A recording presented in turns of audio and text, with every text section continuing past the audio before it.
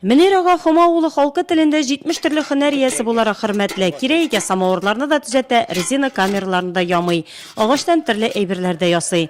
Хәзер авылларда самавырның кирәге калмады бугай инде, шуңа төзәтүчесе дә юк. Ә Мөнир агага тирә-як авыллардан да самавыр төзәтергә китерәләр икән. Хәзер бер мәне тыңтыгайды, хәзер арта бара артты. Ник дигәндә, хәзер дачаларда куеп чәй эчүләре бик яхшы диләр, тәмле диләр, чәй диләр. Шуш авыллардан да килгәннәр. Турбасы риде, су агып чыгамы. Качинде чикай су агыз булмайды инде самавырдан. Аны ясарга кирәк, утыртырга кирәк турбаны.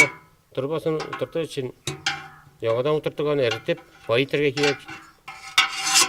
Заливайтырга турбасын. Алай гына да түгел, Мөнир ага хуҗалыкта мал-туар күп булганлыктан кул эшен дә җиңеләйткән.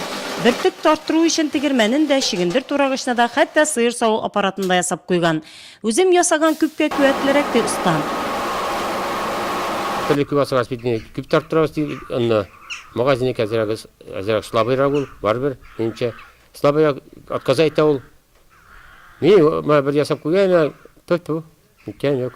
Залынган юк. Атымда бар атны дигәндә азык чабып кайтам, асынып кайтырга, анасын тиесендә түгәрә кирәк битендәнең свалка итәргә кирәк.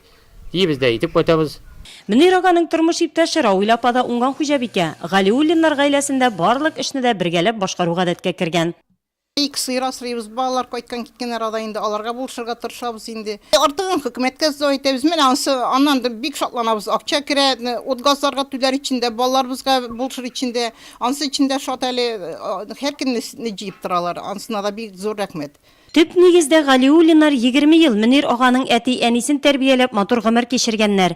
Илгә көнгә 3 ул тәрбияләп үстергәннәр. Бүгенге көндә 2 уллары гаиләле, үз тормышлары белән яшиләр. Кече уллары Казан шәһәрендә белем ала.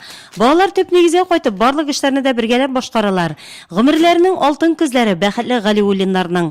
Авылдашларның хөрмәтен, балаларының игелеген күреп яшәүче әлеге үрнәк гаилә белән аралашкач, күңелдә шундый уйлар туа.